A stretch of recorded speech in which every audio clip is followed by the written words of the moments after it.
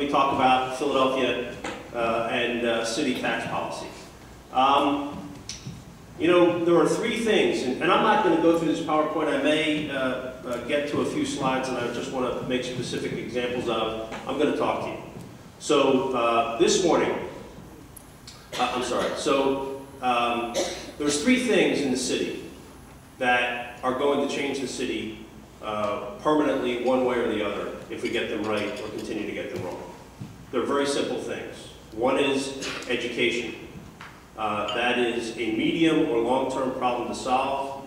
We have been trying to solve it incrementally and marginally with a school district that is not capable of transformational change, only incremental and marginal change, which means even though you see slight progress every single year, we're going to lose another 2 or 3 generations with 50% of our children not graduating from high school. You know what that means for our workforce and the ability of labor in a knowledge-based economy. It's not good. We have to tackle that. I have specific proposals to tackle that I'm not going to talk about today, but they can be found on my website if you're interested in education at greenforphiladelphia.com. So the other thing is quality of life issues. It's police. It's clean streets. It's safety. The basic things that people want Philadelphia, their government to deliver. Solving those in the context of the city budget that we currently have. And I'll talk about productivity in a little bit, which is the only way we can do that. That has to be done to improve the quality of life so that people will stay. Otherwise, we lose our middle class. We are losing our middle class every 10 years. Maintaining our population is an increase of the people in poverty. Both of those things are the main reasons we lose our middle class. The final lever that we can pull to change Philadelphia completely is to completely reform our tax system.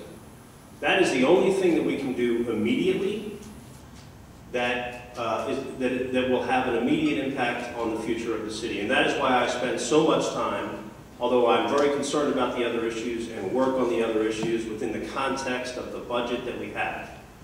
That is why I spend so much time on tax, because it is a lever that we can pull as a city council without having to implement it. When we change the tax code, as opposed to putting more money in the police department, the tax code has changed. If we put more money in the police department, it doesn't have to be spent, for example, under our charter. So there's nothing that I can do as a council person that will have a more immediate impact than change our tax laws. So I'll think something a lot of people don't know. The city of Philadelphia has lowered, starting next year, business taxes by $50 million based on work done by Maria Quinones-Sanchez and I. So we have gone to a single sales factor apportionment. We have exempted the first $100,000 from business taxes, whether it's net income or gross receipts tax. That goes into effect next year. All of these things have cost the city of Philadelphia $50 million it would otherwise receive.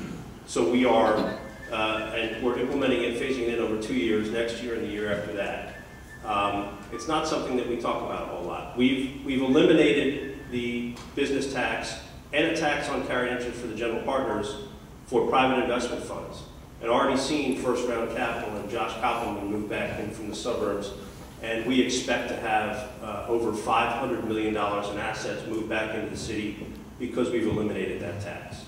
And there are other industries that we need to treat differently that are knowledge-based from a tax perspective while we still try to move through the big reform, like, for example, the software industry, which should be treated more like a manufacturer and only pay taxes when it sells goods in the city and pay no taxes when it sells goods outside the city. And I'll explain as we go, as I talk to you about why that's so important.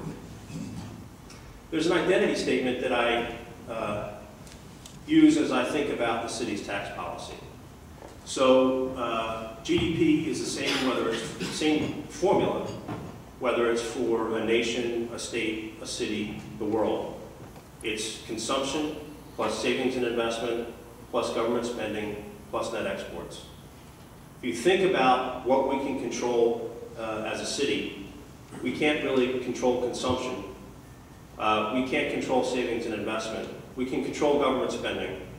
And we want to lower government spending, even though it helps our GDP to have increased government spending from the federal and state governments, which has decreased radically. And we can have an influence on whether we're a net exporter or a net importer. There's only two ways, this is an identity statement, any economist will tell you, to increase the local economy or GDP. You have to increase the working age population, which means addressing all of the issues I described at the beginning of this talk, or you have to increase productivity. Well, we as a city only control productivity in the city. And so I have another plan to eliminate paper-based processes and save the city about $200 million a year, which can be used for those quality of life issues and for other tax increases. I'm not going to talk about that plan today, but just to put it in perspective, the city of Philadelphia has 300 FTEs, full-time equivalent people doing nothing but data entry on paper timesheets in every office. So think about that process being replicated. We issue tickets on paper, then they're data entered. And I could go through specific examples of different processes that involve 4, 5, 6 people because of data entry, record clerks, that all could be unnecessary if our tickets were issued on handheld devices. We can increase police productivity on the street by eliminating the filing of paper reports and having them sit in their car with a laptop making their reports without having to go out in the office.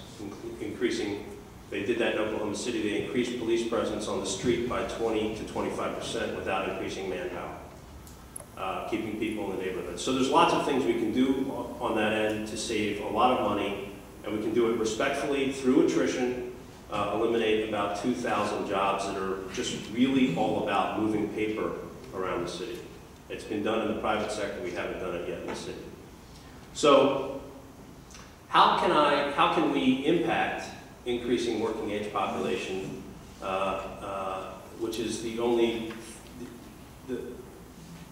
which is what we have to think about in terms of policy as we pass laws and think about our taxes and everything else. And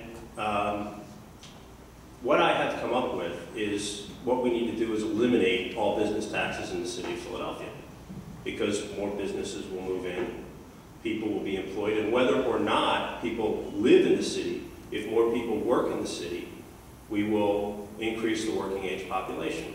If we fix our schools, parents won't move out when their children turn 5, we'll increase the working age population. All of this is to say that we really need to have a reach goal in the city of Philadelphia, and that is to go back from 1.5 million people, where we've been for about 30 years, to about 2 million people. And we should try to do that in 40 years. I don't think that's completely unrealistic.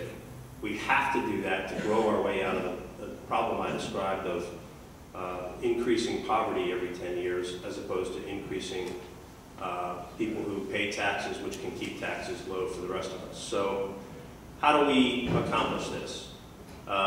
With respect to business taxes, we can't afford to eliminate them right away.